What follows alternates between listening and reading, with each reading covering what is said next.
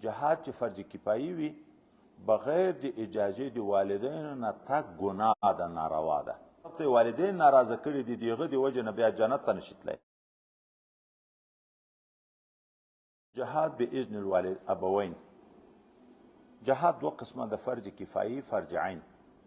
جهاد چې فرض کفایي وي بغیر د اجازې د والدینو نه تګ ګناه ده، ناروا ده. حتی که مجاهد د والدینو د اجازې نه بغیر لاړ او شهید شو، ځای اعراف ته جنت ته اول نشي تللی. و یوه طرف ته د الله د رضا دپاره ځان قربان کړی، نو د هغه په برکت د جهنم نه بچ ده. خو بل طرف ته والدین ناراضه کړي دي، د هغه د وجې نه بیا جنت ته نشي تللی. اعراف والا خو به اخر جنت ته ځي، خو په سابقینو کې نه ځي چې هغه کوم د شهداو کوم مقام ده، هغه مقام خدای نه متعال نه ورکوي. چې جهاد فرض کفایي وي، خدمت والدینو فرض عین. نو فرض عین به سړی د فرض کفایي دپاره نه پرېږدي. دغه ځای کې اوس یوه نکتې ته چې موږ تاسې ورپام شي، جهاد فرض کفایي ده، خدمت د والدینو فرض عین. وجه دا ښیي چې فرض عین به د فرض کفایي دپاره نه پرېږدي. موږ د ځان سره فیصله وکړو چې موږ د والدینو خدمت کړی، چې جهاد هم نشو لاړ، په کور کې یو کوم خدمت مه کړی ده. که ده رانه غوښتنه وکړه، اخو ځان ته خبره ده، هم چا په طبیعت منلی او چا په طبیعت بوج، چې د دې د طرف نه غوښتنه نه وي، که سپین ږیری پلار ده، سپین سارې مور ده، په خپله کوټه کې به پروت وي، د پوښتنې به هم څوک نه وي، په 2 شپو 3 شپو 5 شپو کې به هم زوی نه یې لیدلی، طالب زوی به هم نه یې لیدلی، ملا زوی به هم نه یې لیدلی. ګورئ، خدمت د والدینو فرض عین. بیا خاص کر د مرض او د ضعف په حال کې چې بل څوک د خدمت نه لري، په تا فرض عین شي چې خدمت پې ته کوې.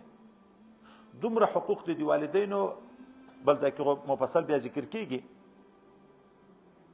وایي که والدین دومره ضعیفه شوه چې خپله قضای حاجت نه شوی کولی چې لاړ شي، په ځای کې پروت و، په ځای کې قضای حاجت کوه، نو ته چې د دې قضای حاجت صفا کوې، پزه به نه ورته پټوې د بدبویي نه.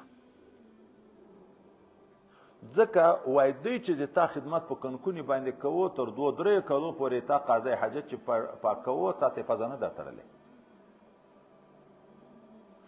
په عشق، په محبت او په اخلاص د تا خدمت کړی په کنکیتوب کې.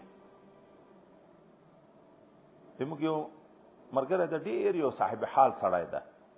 دوی ویلې د ما والده شریفه پالج وویله، بیا 10 کاله داسې وه چې پرته وه، ما یې خدمت کو، تر دو مې واده هم نه کوو چې دا مړه نه وه، مالې بیا یې دې خدمت رانه پاتې کېږي.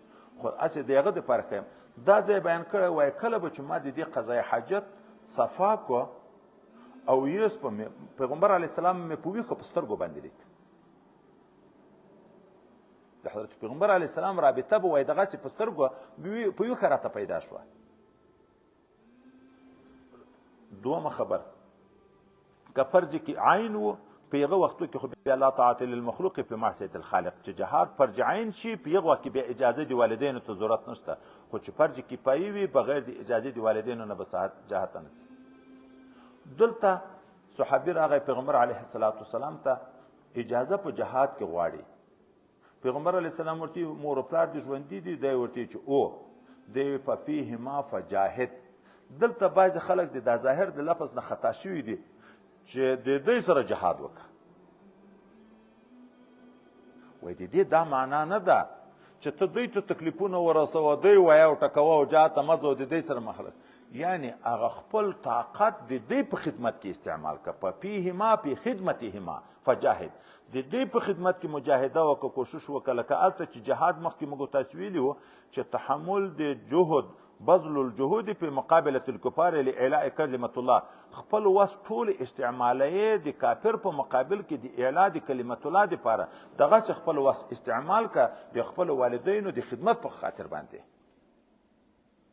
او اسانه جنت ده چې په محبت ورته وګورې، الله د حج ثواب درکوي. چې دعا درته وکړي، دعا یې قبلیږي. خو خدای نه خواسته که خیرای وکړه، خو خیرای هم قبلیږي.